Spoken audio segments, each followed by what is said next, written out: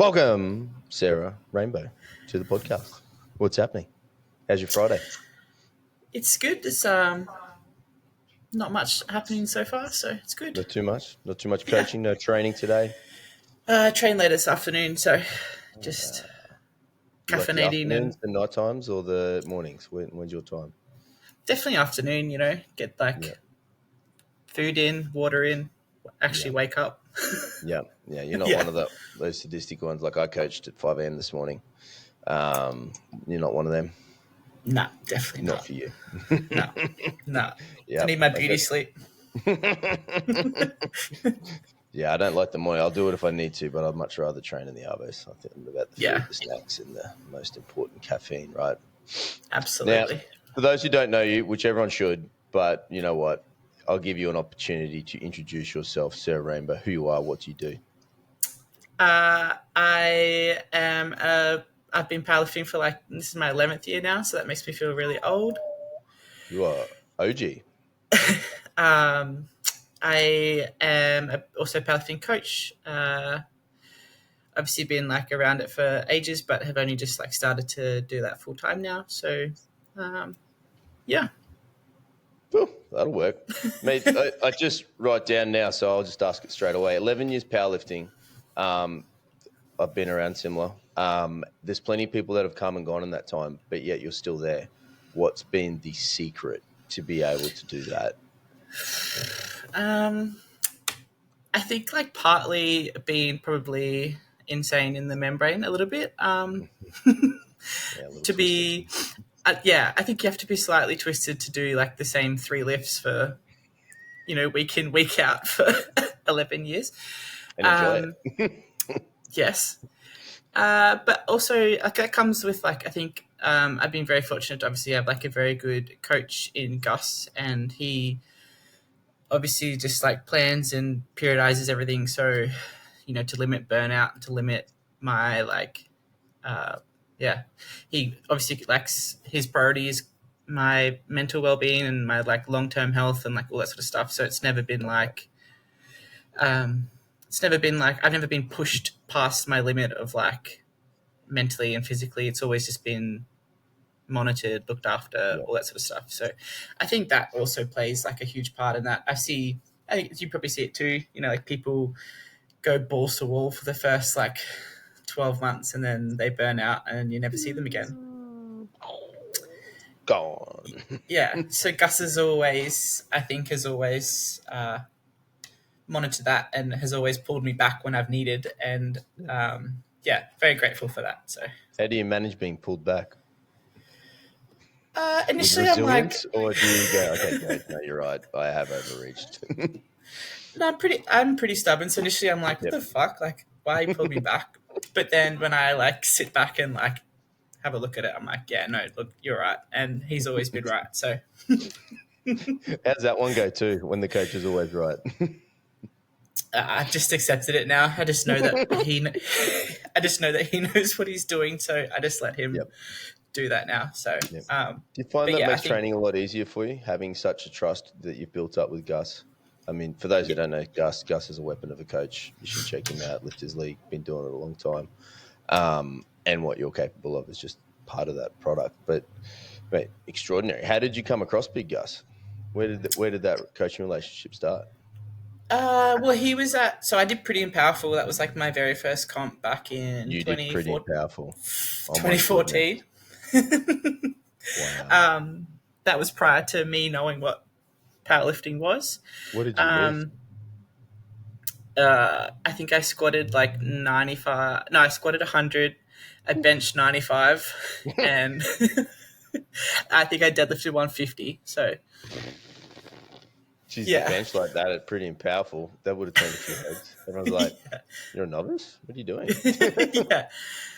So Gus had a few clients at that comp, and kind of just from there it was Yep, that's unreal. It's 2014 for that too. That's huge. Years for ago. those playing at home. What are the numbers now?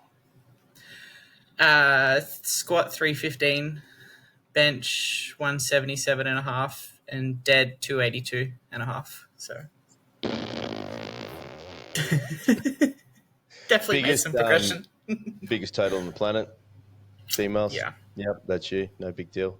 How, that's all right. Biggest bench in Australia, Australian females. Yep. Biggest Yeah. squat, Australian females. Yep. Yep, must be pretty close to top all time on those two then as well. I think squat is like second, maybe. Um, I think, yeah, I think April Mathis still has like 320 is her biggest Yep, squat. So, yep. yeah. Better take that one, eh? Better sort that one out, mate. And that's a testament to a long career, and that's why because you're still that's recent numbers for you too. That's not like at the 11th year you're on the other side of like Yeah. successful. You're still going. Like there's still more in you, right? Do you see where you could take it? Like what numbers you're going to crack the 800? Is that what you're thinking? I mean, I would like to. Yeah, I think to tick off the 800 would definitely be um, pretty cool. I that'd be think, fucking insane. yeah, yeah. I think I do. I feel like there's still like I still have more potential to like tap into too. I don't think Mm, we have like exhausted everything yet. So I think, yeah, yeah, just keep doing, play the long game. I think yeah, it'll eventually be there, hopefully. yeah. How Or often die do you like to? trying. Yeah. How often do you like to compete? Every year, Once or twice. once or twice enough. Yeah, it's definitely lessened as like the years have gone on. It's just too Mm. hard to like, and too Because you're trying risky, to I be think. at the top edge of it, right? Like Yeah, you're not turning up to comp for a tune up. You're going in there to go for something special each time. yeah. Like I'm pretty, like I guess comp experience. Like Yep. you still never be like 100% ready for it. I think there's always still part. There's always going to be part and parcel of like being a good competitor, and Yep. that comes with competing. But I think, yeah, one or two is enough for me. Do you feel any pressure when you're at comps? Because like everyone knows who you are now, like, and have done for quite a while, obviously. And with that name and your totals, there's I go and see your squat, and I'm like, oh man, I can't wait to see your squat 300. Like if I'm thinking it, no doubt the room is thinking that. Do you feel that noise that's floating around, and do you feel any pressure that comes with that? Previously, like not so much. I think since obviously doing like the 775 and getting more like international Mm. spotlight as well, like definitely the pressure of like competing again is definitely higher this time now than probably what it has been. Mm-hmm. Like prior to that, I just used to compete because I loved it and because I wanted to like push myself. But now that Yep. it's kind of like, yeah, just like a lot of light from international and stuff as well. It's Yep. like definitely um, added a lot of pressure to it. But Yep. we'll cross that bridge when it comes to it. Pressure makes diamonds, right? Something like that. Something like that. Overseas competition for you? Would that be where you'd like to go next? Yeah, I think so. Like I'm doing like the animal cage Yep. in That's gonna like be 2 weeks. wild. That's Yeah, gonna be stupid. Have you yeah. got So it? Is there something you're doing specifically in that? Like you're squatting, right? I'm squatting. Is So that the plan? they asked me to squat in it. So Yep. but we'll see. The plans to go for like 300 for like 2 or 3 maybe, but we'll see. Like an AMRAP at 300. Yeah, yeah, yeah, That'll be insane. And what an yeah. environment to do an AMRAP. Yeah, yeah. I Did think you? like How did that invite come across? just like the guys from like Animal just like reached out to me. They just like sent me a DM and they were like, "Do you want to come do this?" And I was like, DM. "Absolutely." Yeah. Did you have to hang on a minute, type nice, slowly. Yeah, Yes, yeah. please. Just That like would be amazing. I just screenshot it and sent it to Gus, and I was like, "Holy shit!" And then, yeah. So then I was like, "Of course, I would want to do that." So I Yeah. think we'll see how that goes, and obviously, like traveling that far for us Mm. is a big part of it. So Mm. So see you how guys that be goes. factoring that in as well, like Yeah, working with, I guess, expectation, but no expectation because travel is an X factor. yeah, yeah. So I'm fortunate, like obviously, like in the job that I have now, I can like I'll be still working while I'm over there, so Yep. I'll be flying in like 8 or 9 days prior to, so at least I'll have like a fair few days to adjust and get Nice. ready. Yeah. So Have you done an overseas comp before? Like, I no, mean, I this is haven't. good as a comp gets, pretty much. Yeah, I mean, overseas, this is an overseas comp, even if there's an MRAP in a cage. yeah, Yeah, we've come off the back of a couple of world trips. A little photo down there, and that was yeah, certainly this one we noted. Like, our lesson this year from previous year was like, you got to have expectations because you want to thrive and do more, but at the same time, you kind of got to be cool with the X factor of travel, not knowing what it's going to do until it does its thing when you're there, yeah, right? yeah, yeah, But you're doing it smart 9 days out. yeah. I think especially for like us, it's so bloody far for us to go to anywhere. So I think, We're miles yeah, from everything. yeah, Absolutely sucks. We need yeah, teleports, I'm pretty sure. Now, for yeah. you, Faster planes. oh man, tell me about it. And now, for your training in that 11 years of powerlifting, it's obviously changed a lot, right? Yeah, for sure, absolutely. Again, like I just turn up and do what Gus says. So like it's Yep, obviously changed as he's progressed like throughout like the 11 years, right? So I think it's, yep, credit to him. He's not stuck in his ways the right way. It's always progressed, and each year it's changed. It's still changing. So yep, um, yeah, I think a lot of obviously my success goes to him yep. because he's a never-ending, evolving nerd Mm. of stuff. He's a bit of a geek, isn't he? Yeah. But yeah, definitely from like when I first started to what I do now is Mm. polar opposite. Yeah. Has there been any moments within training runs or training, changes in training that have been like groundbreaking, so to speak, where all of a sudden something's really clicked and something's like, hang on, this works for me? Because everyone's individual, right? Yeah, yeah, for sure. I think it was like I did a comp in 2022, and obviously we'd been like doing the same sort of like methods and like strategies and stuff towards that comp, and then we got to that comp and I went like 4 from 9. It was fucking like the worst comp I've ever had. Yeah, Boo. yeah, and we just like got back home and we're like something has to change, like it's not working. And then he implemented like the velocity based stuff, and that stuff, doing that sort of stuff definitely opened both of our eyes to like a whole lot of things. And Mm. now it's about doing less, pretty much. My training's less than what it used to be, so it's Yep. just realizing that more isn't always more, I Mm. think, in lots of aspects. Yep. Yeah. More quality. For sure. Definitely. How did you find that VBT, right? Velocity Hmm. based training. How did you find switching to that, or were you open to the idea? Did you meet it with a bit of resilience, or because for those who don't know, and I'm only a little bit across it, you come up with the meters per second that you want to lift the weight, and as soon as it slows down, you don't go past it. Is that it? Simplest, Yeah, in the sort of. simplest way, kind Yeah, of. Yeah, yeah, it's kind of like instead of using like RPE or like mm, RAR, which is like yep, subjective to like how you yep, feel, all sorts of stuff. It just gives you like an objective number mm, to achieve. yep, yep, So obviously Gus also being a nerd, he puts like all the like individual profiles together. So like my speeds are different to probably your speeds and all that sort of yeah, of stuff. course. So then when he programs, like I'll be prescribed like a speed kind of like range, Yep. RPE range, and like a load range. So they've all the velocity Oof, takes priority, but you it's got all you within. got a lot of So levers. yeah, You got a lot of yeah. things to worry about. But But I guess that really gets you having so many controls in place. Like if those two subjective measures of RPE and RAR, I'm feeling good, so you go for it, but you watch it back, and you're like, oh, that was really a 9, it was meant to be a 7. Having something pulling on you and holding you back like that could be really good. But then at the same time, the session you come in, you're like, man, I feel like shit, it's moving slow. But you watch video back post session, you're like, actually, I was sandbagging that one. yeah, Having another metric there can help with that, right? yeah, and it's definitely goes both ways. Like some days your ego takes over and you're like, nah, I'm feeling really good. But then yeah, like you said, you probably should have pulled back. So the velocity Yeah, makes you pull back. yeah, But then also like days, same thing. Like yeah, there's definitely been a few times where I'm like, oh, I feel like shit, I'm tired. But then I've had to put another 20 kilos on the bar because that's what it says to do. So it yeah, definitely like, if you can work with it, it definitely works very mm. well.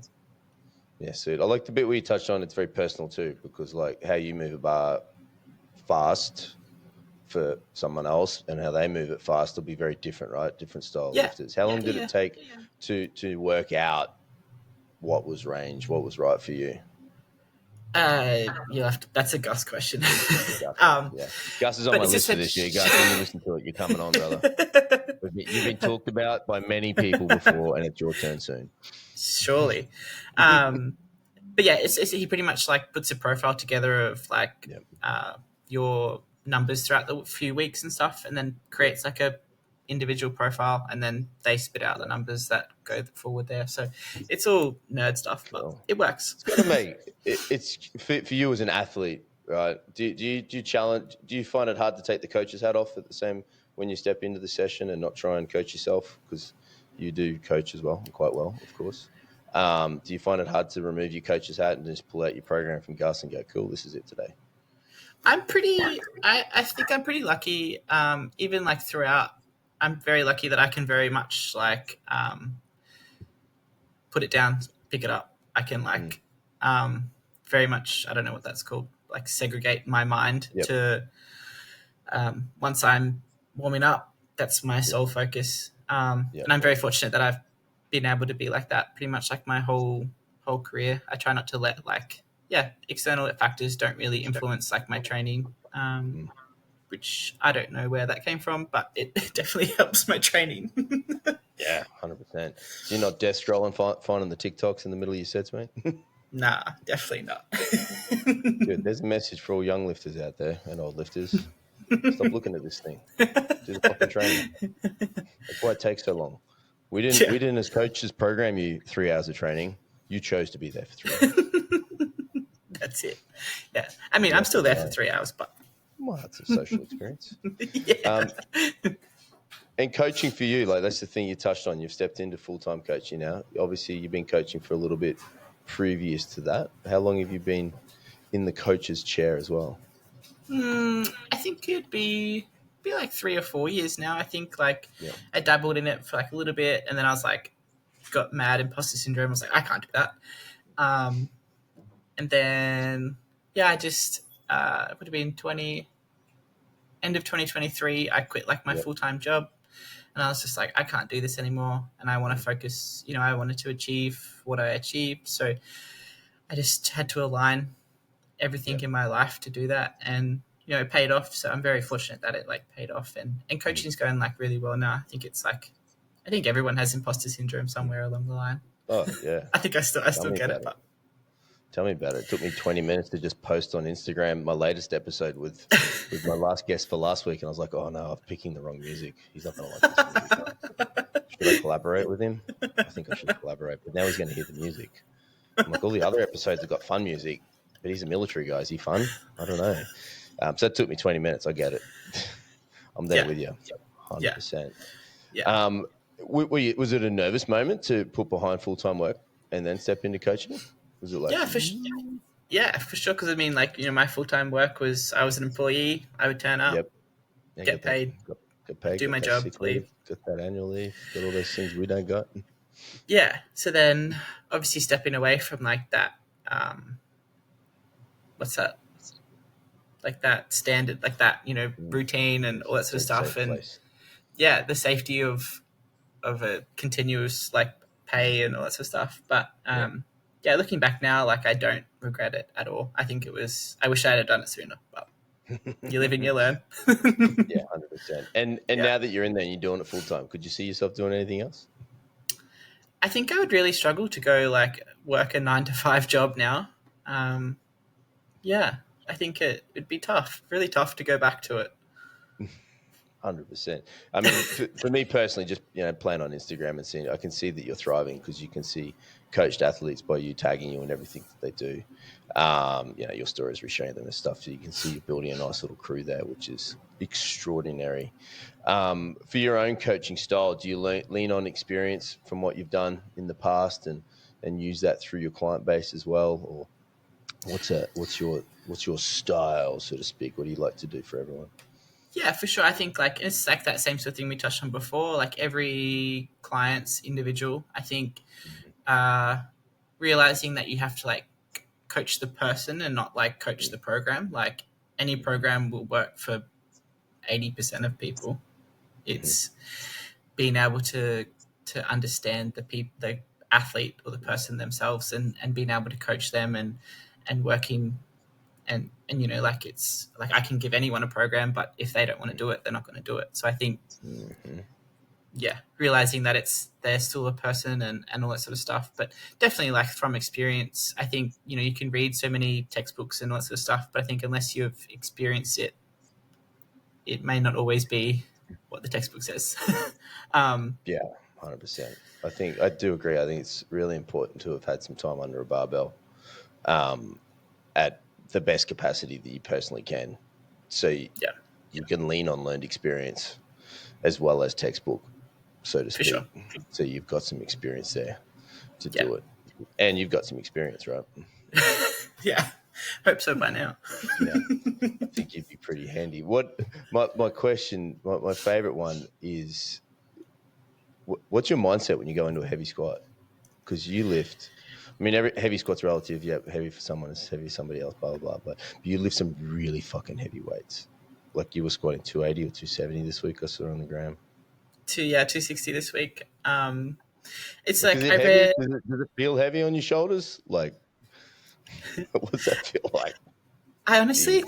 honestly think like, once I think anything past like 240, 250, it just all feels heavy. I don't think it like feels any worse or better. I think it just all feels heavy. Yep. Um, I try my best to not think too much. I read a really cool book. I think it's Unstoppable. I think it's called, Mm. maybe, I can't remember. Um, but he essentially was like a, psychologist kind of coach for like, Michael Jordan and like a few of like the big NBA kind of stars, and it went about talking about like just actually trying not to like tell yourself don't think, and like Yep. keep your mind as clear as possible when you go do, you know, extraordinary things. So I definitely like lent on that a fair bit, Yep. and it definitely helps for sure. I think you can definitely sabotage yourself by thinking too much and overthinking it. So yeah, like just trying to tell myself like just clear my mind and really like, you know, not over. What's your process? Do you have a process for that? Because everyone's got a personal way of doing that, right? Do you have triggers that put you in place to be able to do that when you're going in for big moments? Or is there things or words or stuff that you think about to help clear it? Or is it just saying, hey, Sarah, stop thinking? A bit of both. I definitely Yep. have like my routines for sure. Like, Yep. um, you know, put music on, Yep. uh, get myself ready in the same sort of order that I always do. Um, Smelling salts, like all that sort of stuff to really like get yourself ready. Like my routine as I approach the bar is usually like always the same. You know, put my left wrist strap on first, then my right, then like all that sort of stuff. So I think it's just having that kind of like routine that I can do with my eyes closed, and I can Yep. just a repeatable routine that I can do. You know, if I had an arm missing, I could still do the same sort of like Yep. routine. So Yep. I think having that and knowing that I don't have to think about it too, and I can just, my body just goes through the motions, I think definitely helps with that sort of stuff for sure. Yeah. And that took a while to nail that kind of, nail that for yourself? Or did that come naturally? I think like definitely came a little bit naturally. Like I'm a very like routine person to begin with. So I think developing that did come naturally. But then it's like it's just being more aware of it now and actually, yeah, actually just being aware of it and actually actioning it and doing it. Yeah. Yeah, no, I like that. I think that, call it the process pre-lift, I think it's so important to be practice dialed in and done right. So when you get to the event, when there's so much noise going on, whether it's comp or for you in the animal cage, going to be a lot of fucking noise there. Yeah. How do you think you're going to go in the animal cage trying to clear that noise because like there'll be people banging on fences over there? Yeah, well, I saw they just posted on YouTube like their recap of last year, and it was like this like hour like video. It was very cool to watch. But just watching that, I was just like, holy shit! I was like, there's a fucking lot of people. Yep. But I guess on my side, like I obviously competed at Pro Raw when it was at Mm-hmm. the Arnold's here, so I have some experience of that. And I mean, like that was wild. Like I remember warming up. I think it must have been like Pro Raw 10, and like Arnie walked through like the warm up room. So like it was hectic. The people there was like wild. So I think I have that on my side. So I have experienced somewhat of that atmosphere. So I think I don't know. I'll just go in and soak up as much as I can. Just lean into it and enjoy it, I reckon. For sure. Yeah. And also the people you'll get to meet, right? Part of the experience, because there'll be other incredibly freak strong humans you'll be got to play with over there. And then the Arnold's itself is a mecca of fitness. Are you looking forward to that part of the trip as well? Just being able to get around and get involved in everything that's going on there? Yeah, for sure. I'm honestly just keen just to get to America because I haven't been there before. So You're in for a treat. Yeah.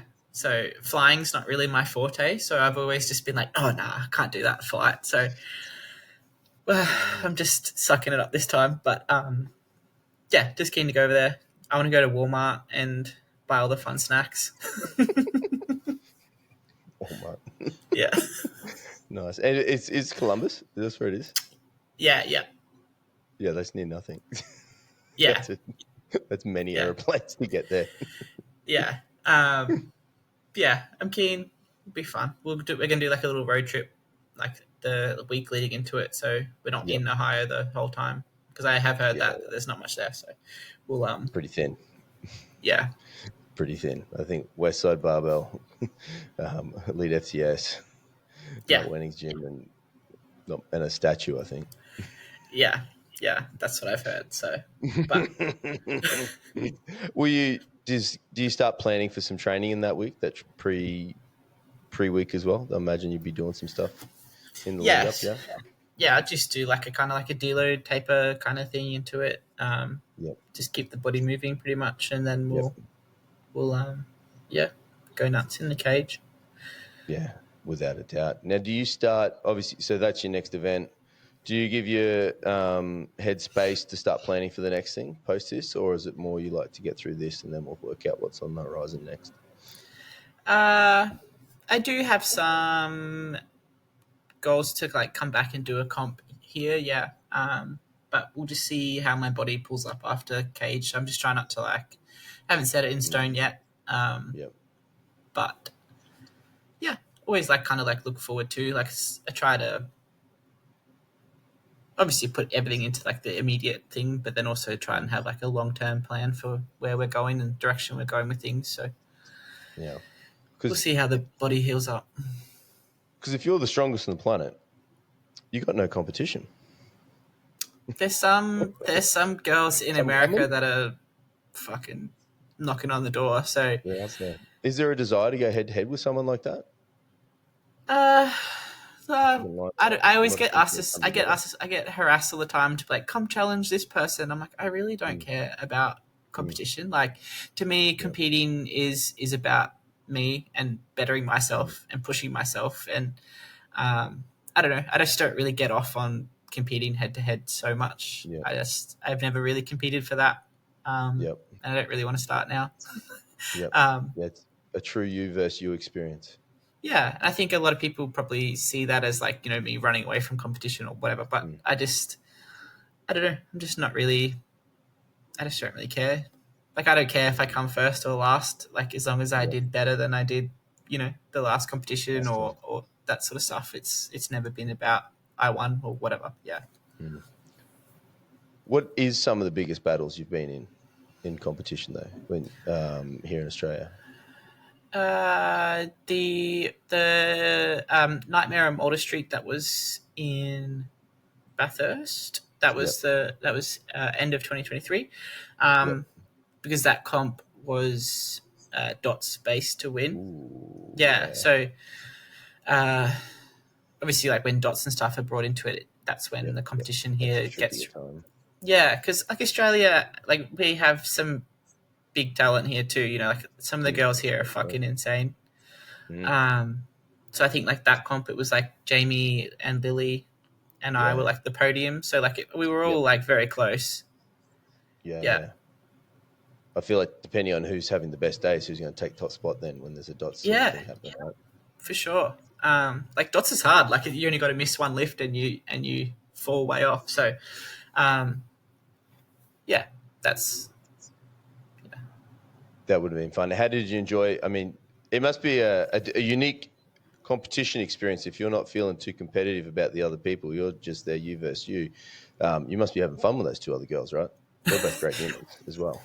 yeah, they are. That comp was probably like up there with like one of my favorites. Yeah. Like I think a lot, like most of the girls, like we all just like support, or even the guys, to be honest. Everyone just like supports each other, and Yep.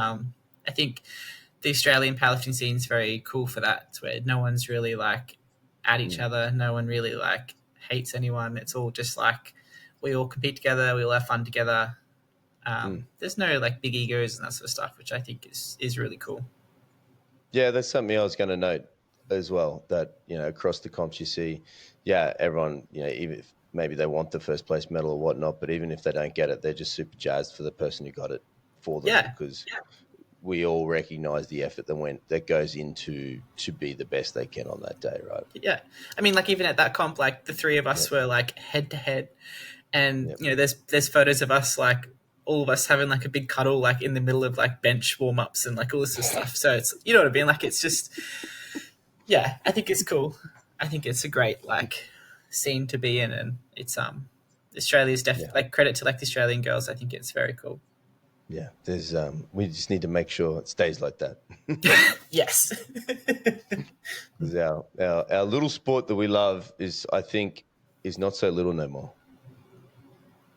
I think Yeah. it's thriving, and that'd be something you'd note from 2014, pretty and powerful to where it is today, right? Like Yeah, for sure. I mean, I think it is growing. I think like that pretty powerful was like 2 flights maybe, and I think the last one was like 2 days. Yeah, yep, So yep. um, it's grown heaps, which is cool, very cool. Yeah, 100%. And I think you go to a local novice comp, and it'll go for 2 days. Yeah, Like it's crazy, super exciting to see. I'm very excited for our little sport to no longer be little anymore. My yeah, for my sure. mark of knowing that it's coming is that if you go out to dinner now, people actually know what powerlifting is. When you sit at the table with people that don't do it, Yeah, we go, "Well, what do? You look kind of big." Not really, bro. I'm only 100 and something. In my world, that's tiny, but thank you. It's very nice of you. And you go, "Yeah, I do powerlifting." You're like, "Oh, I know what that is." And you're like, "Doesn't have leg press in it." And they're like, "No, I know. Squat, bench, and deadlift." or you don't get asked if you're going to the Olympics. Like that's the one I Yeah, always like, get. oh, I'm like, oh, you no, like that one? No, won't be going to the Olympics. It's not in the Olympics. Do you reckon powerlifting could get there though? The IPF crew are trying hard, eh? I don't know. I don't think so. I No, like I I don't know think if I want weightlift. it. Yeah, I don't know. I think weightlifting's there, and I Yeah, think it's probably too similar to that to ever be. yep, Yeah, I don't know. I mean, if it does, it'd be cool. If it doesn't, I also yep, think it would still be cool. So I think it's, yeah, I think, and it's also, I think I like credit to you. Like I always say, love like watching like the capo comps and stuff. And yep. there's people that are like what 6, 7 competing. Like, Oh yeah. Oh, my daughter did the deadlift comp at 3.5 yeah, yeah, this year. yeah. So it's very cool to see like that range of like people, and it's definitely growing in the right direction. I think it's for sure. Yeah, I know. Personally, I'm very excited to see the totals that are going to come in the next sort of 3 to 5 years Yeah, because, like, I think a lot of us either fell into the sport either later, um, or or a lot of the top people come to it after doing another sport that didn't work out. But nowadays, you're seeing people choosing to do powerlifting from an early age. yeah, And then that with more advanced and elite coaching ideas, the totals that are coming, I don't think we've seen what's truly possible just yet. yeah. I agree for sure. I think it's be scary to see like some of these kids that are like 13, 14, see what they if they stick out with it for long enough Yeah. to see what they can achieve. I think it'd be scary. Yeah, I think, yeah, like you only got to look at what, I mean, I was watching Sheffield a little bit ago, watching what the girls were doing there. Like that was insane. The boys are stupid strong. But then, yeah, the thing I sat back and thought was like, this isn't it yet. Like, now that there's big money there, there's going to be a lot more people watching it. The beauty of social media and everyone putting content out, everyone wants to be them now. So there's going to be a lot more people coming through For that sure. are freaking strong. Yeah. So I'm super excited about it. Yeah.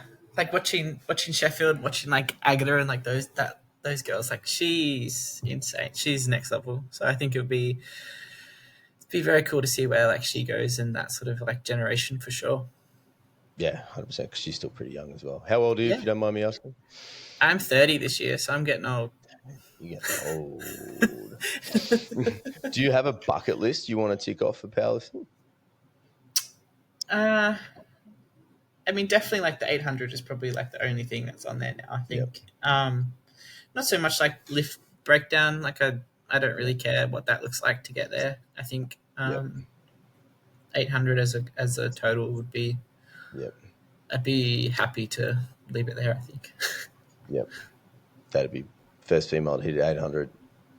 I think that'd be pretty cool. Yeah, I think it'd be pretty cool too. Yeah. Screenshot that on Open Lift and put that on the wall. Hell yeah. Absolutely. But for something like that is, I mean, we could say it's only 25 more kilos in your total, so no big deal. But to achieve something great like that, that would no doubt take considerable planning, timing of event, and then between you and Gus working out how long you would need to prep for something like that. I imagine Yeah. a lot of things would have to line up, right? Yeah, for sure. I don't think it'll be something like immediate. I think it'll be, maybe late next year, something kind of thing, just to keep. Yep. Yeah, I guess this is something that you can't really put a time frame on to. I think it's just Yep. going to be has to be like that perfect day, perfect time, all that sort of stuff. I think it was the same as like when I hit the 775. Like it wasn't actually planned to do it that day. It was just like suck it and see kind of thing. And if we hit it, we hit it. If we don't, we don't. Yep. But I was just very fortunate that it was like a very good day, and everything was on my side. So I think it's just going to have to be like that again. It's just going to have to be, suck it and The see. stars have got to align. Yeah. The moon has to be in the right location. Yeah. Oh, yeah. Because you did Pro Raw just only a few weeks previous to that too, right? I was 6 days before. Yeah. And you totaled what at that one? It must have been like 750, maybe 745, 750, 7 something. And you were the first to squat 300 then too, right? Mm-hmm. Yep. No big deal. I remember watching it. It was pretty cool. Yeah, it I was was. in the corner. It was wild. It was cool. And like super cool that I could tick that off at Pro Raw too. I think it's like Pro Raw's always been kind of like Australian powerlifting, so I think to tick that off there was pretty cool, pretty special. Yeah, 100%. And then how do you go backing up recovering on a 6-day turnover to go to that next one? Not having expectations might help, like you were saying, but are you feeling beat up and bashed before you go to that thing, or are you feeling fresh after Pro Raw? I honestly didn't pull up too bad, so I honestly was feeling okay. My session, I still trained throughout that week, which I think also helped. Obviously, like keep the body moving, keep it fresh, all that stuff. My sessions like weren't anything crazy. It was like I think I squatted like 120 maybe, like twice, and then so it was just to keep the body moving, and then I think having no pressure and no expectations on it also helped. Just not stress myself out about it, but it was just very fortunate. Yeah. How do you go in a warm-up room? Because everyone knows you, right? So everyone's come up and talking to you. Do you struggle with that? Do you find that part hard? I should say, not struggle, hard, when you're trying to get in that mindset of task-oriented, squat, but everyone's like, oh, Sarah, how you doing? Get a photo, which also is super cool, no doubt, and they want to talk to you and learn and hear from you. But at the same time, you're trying to be an athlete, right? Is it a tricky juggle to try and do both at the same time? Sometimes it is, but I think like most people, I think because powerlifting is kind of like that niche kind of community still, I think most people are often aware of like what you're trying to do. So I think if they can see me putting my belt on or whatever, they usually leave me alone. Now's not time for a photo. Yes. But at the end of the day, like it's cool, that people obviously like appreciate what I do, and they want to express that time, and they want to like, talk to me and all that sort of stuff. So I do appreciate it like either way. So, I try my best just to, again, just pick it up, put it down, and then continue on what I was doing. So I think I'm pretty find lucky. it strange, that aspect where people actually want to come and talk to you that are complete strangers? A little bit, yeah. I'm like, I'm just a girl. But it's also very cool. Personally, I had my two girls lifting at the comp at Steel and Stone, Tristy and Heddle, and they were like blown away by your attendance. And I also played it up because I was like, "Hey guys, that's Sarah Rainbow." And they're like, we want to talk to her. I was like, "Well, you can." Go say hello. She's just over there. I think it took them the most of the day before they actually built up the courage to come and talk to you. Yeah, I think they came and said hello when they were leaving, but it was still very sweet. And no, I definitely like enjoy that sort of stuff. It's nice to feel appreciated for all the shit that I've like done and all the effort that I've put in. So it's cool. I think it's really sweet, and I think I've always tried to, I don't know, be open and honest and to everyone. So I've always just tried to be who I am, and it's nice that people recognize that too, I think. I think it's a testament to who you are, having that time for those lifters, because like those two young girls, mate, they're aspiring young little powerlifters who absolutely love the sport. They follow everyone. They're into this thing, and the opportunity to talk to you was mind blowing. They were just stoked on it, and the fact you actually had a few minutes for them was awesome. That's a testament to yourself being an awesome human as well, because I'm sure there's plenty out there that don't make the time for those people that enjoy watching them on the socials. So we always need more people like you. Yeah, I always just think, like everyone kind of like started somewhere. I was them at one point in my life. So, if I can be someone that they can feel comfortable and that sort of stuff to come talk to, then I really hope that is true. So, I want to help as many people as I can and support them, and like I genuinely care about what people, their success and that sort of stuff too. So I think it's nice. Yeah. I love it. Do you do anything to switch off from powerlifting? Or are you a consumed beast like all of us by this sport? No, my life's pretty much centered around powerlifting. Most things are aligned with it. But I love it. I enjoy it, and it's where I want to go in the direction that I want to go. So I think while I can put as much as I can into it, I think the day that I don't want to, I think I'll know that that's the direction that I probably would need to go. So I think for now. I love it, mate. I think barbells are cool and everyone should be into them. Yeah. Do you find it strange, like I do, that people don't think they're cool?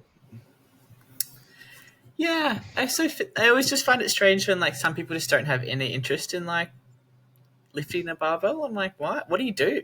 What do you do with all your spare time? I often wonder too, because how many hours a week would you train? What's a training week look like for you? Typical training's like 4 days a week. Sessions are usually like 2-3 hours. Plus probably like an hour to 2 hours of socializing. So yeah, there for a bit. Yeah. But yeah, all these normal people normies without barbells in their life, they've got 12 or 15 hours that you don't have. I'm like, what do you do after work? Where do you go? I think they watch Netflix. Probably. Yeah, they're up to date on everything in there, unlike me. Yeah. I love it. Do you ever get any interest in the other strength sports? Because you do see some of the other people, like Lily being an example, like crossing around, doing some Highland games and stuff. And I mean, Stone, strong person gym. Yeah, so I think training at Steel definitely has there is some interest in like the strongwoman kind of stuff. To some degree, some of the events are a bit wild and a bit out of like my routine and that sort of stuff. Like I'm very, I don't know. Some of the events are just wild. So I think if I was to do a strongman comp, it would have to be very not crazy. Some of the events are insane. So, definitely powerlifting at heart. Yeah, I love it. Did you ever play any other sports before powerlifting?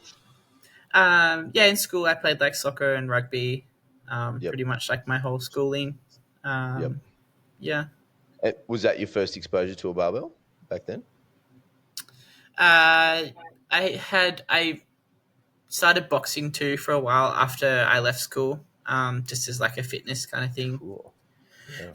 But they introduced like a strength and conditioning. We used to do like a strength and conditioning day, like once a week. So that was definitely like the first exposure to it. And then I was like, you know what? I don't want to run 50Ks a week anymore. I actually really enjoy doing the barbell stuff. So the transition was pretty abrupt from that because I was like, I don't want to do cardio anymore. So yeah, I it can do a started back then. sport and I don't have to run anymore.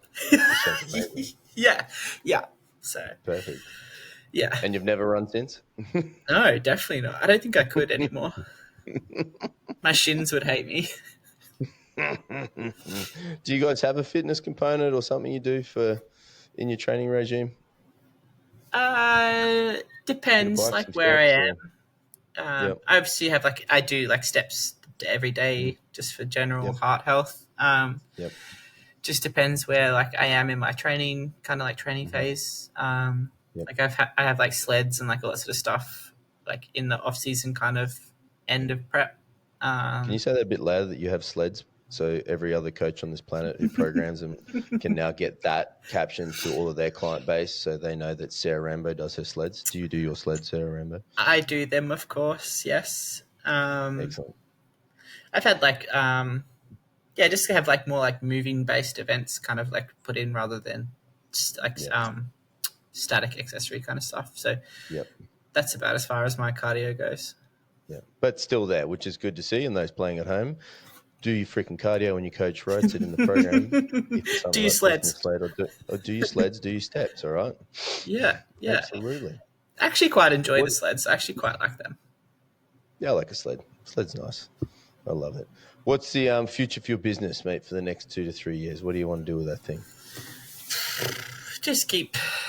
Just keep going. I think Yep. just keep trying to help like as many people as I can. Like I really Yep. enjoy I think like being a coach, like you would know, like Mm. I think like the success and stuff of your clients kind of like is the coolest part of the job. I think it's like it doesn't matter where they are, what level they are. I think helping anyone in a direction towards their goals is pretty cool. So I think just keep doing that. Um, Yep. And you're predominantly playing in the online space? yeah, Are you doing any yeah, face-to-face online skiing? pretty much online. I spend enough time in the gym. I don't really want to do face to faces. The more, and I'm sure you agree with me. You can almost do more work for somebody in the online space than what you can in person. Yeah, Like once you yeah, remove yeah, the need to touch and feel, I say that nicely, not inappropriately. You can have far more change and effect positively with someone from an online space. Do you find that as well? yeah, definitely. Because I'm obviously not in a gym for 12 hours a day. I pretty much spend that whole time just conversing with my clients if they need it. And being like in that online space, like rather than doing like 1 hour session with someone, I can pretty much be there with them for all of their sessions through their week now if they need it. So I think it definitely allows for like uh, more availability to help them and that sort of stuff Yeah. and give more feedback and all that sort of stuff. So, and that's like the feedback that I've received from them is like how much support I can give them because I'm not stuck in a gym working the floor. Yeah. So, Mm. yeah, definitely. Yeah. So how many hours you're logging on your phone a day? A few. My screen time's a lot, but I just don't look at that. Mhm.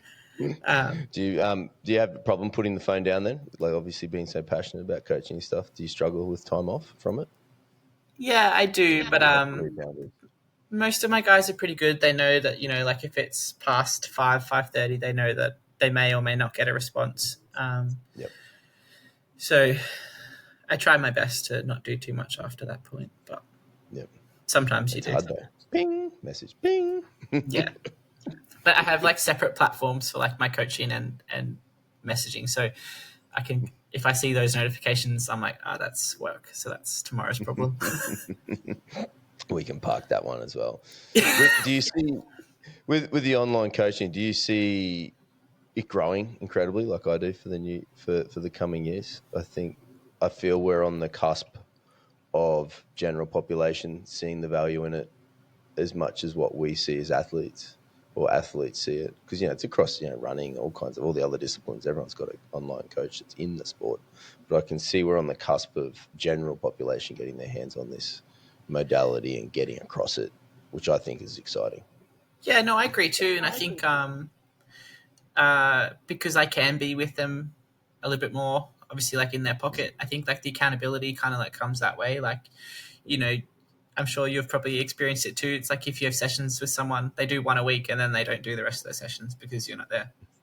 But I think they know that I am there in their pocket, so they are always accountable to like their weekly sessions. So I think it's definitely, yeah, it's I think in-person sessions will become outdated eventually. Yeah, 100%. Yeah, everyone's going to have home gyms. Nah, we all like going to gyms. Nah, gyms are cool. Yeah, I think the social experience, that's the big thing we find at Fortitude. Still and Stone to be the same. Like, Yeah. that's there, and it's the thing I actually talked to some people about it the other week. I said, well, a lot of the time you should potentially just train the hour and a half and go home to your responsibilities.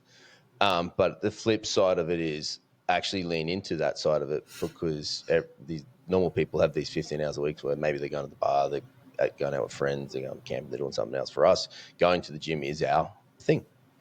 And everyone should lean into that social side of it. And I think the social side's also like important too. I think that plays into a part of like, like the de-stress recovery. If you want to like go way into it, having that social aspect and like that feeling of like success of like talking to someone is also like helps with all those sorts of things too. So I definitely agree on that part too, for sure. Yeah, 100%. And then just don't complain to the coaches that the session took too long. So, what about putting on the program like a box, minutes talked? I don't think we would want to know. Absolutely not, mate. Mate, I only have one more question for you, and it's a really important one to know because it is about that time. Well, it's a bit early for that time, but it's almost there, and that's what's for lunch today. Today is just, I'm in like my barbecue era, so just barbecue chicken and rice and veggies. That's about it. You're barbecuing it yourself in this era? Yeah. Wow. Yeah. Damn. Well, that is fancy. Yeah, I'm like my little Weber gets a good workout. So. Yeah, right. You deep dive on that into YouTube? You'll be smoking on it. You'll be doing all kinds of stuff in it. I haven't gone that far smoking on it, but we definitely every meal is pretty much cooked on there. So it's and there's no like you don't have to clean up as much. There's no dishes. You know what I mean? Like it's great. It's a win. I love it. Well, Sarah Rambo, thank you very much for coming on. You enjoy your barbecue, please. And this one will be out in a little bit of time, and I think we'll get you on after the animal cage to hear about what it was like being inside that wild place. And again, congratulations on the huge totals and everything that's coming your way. I do personally want to see an 800 total, so please do it somewhere where I am. I'll try my best. I want to watch it. It'd be fucking cool. Sounds good. Thanks, mate. Appreciate it. Thank you. Talk to you soon. Now, it'll need to upload for a little